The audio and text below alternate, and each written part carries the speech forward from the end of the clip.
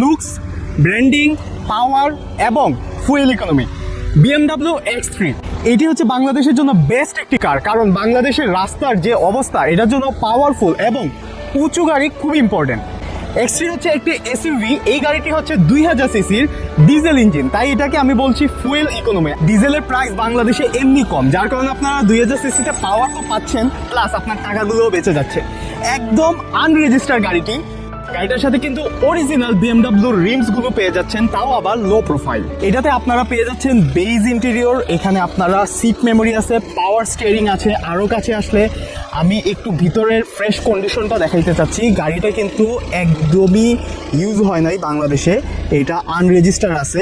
And সাথে আপনারা পেয়ে যাচ্ছেন সানরুফ এন্ড মুনরুফ।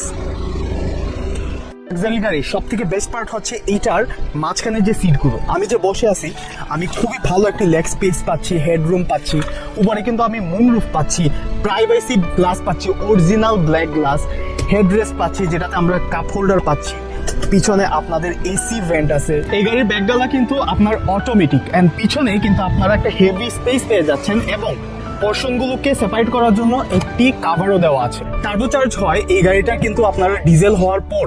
এটার আপনার পাওয়ার তো পাচ্ছেন ডিজেল ইঞ্জিন, এন্ড আমি যদি একটু হালকা অ্যাক্সেলারেশন করি, এটা কিন্তু টার্বো হওয়ার কারণে অনেক ফাস্ট অ্যাক্সেলারেট হয়।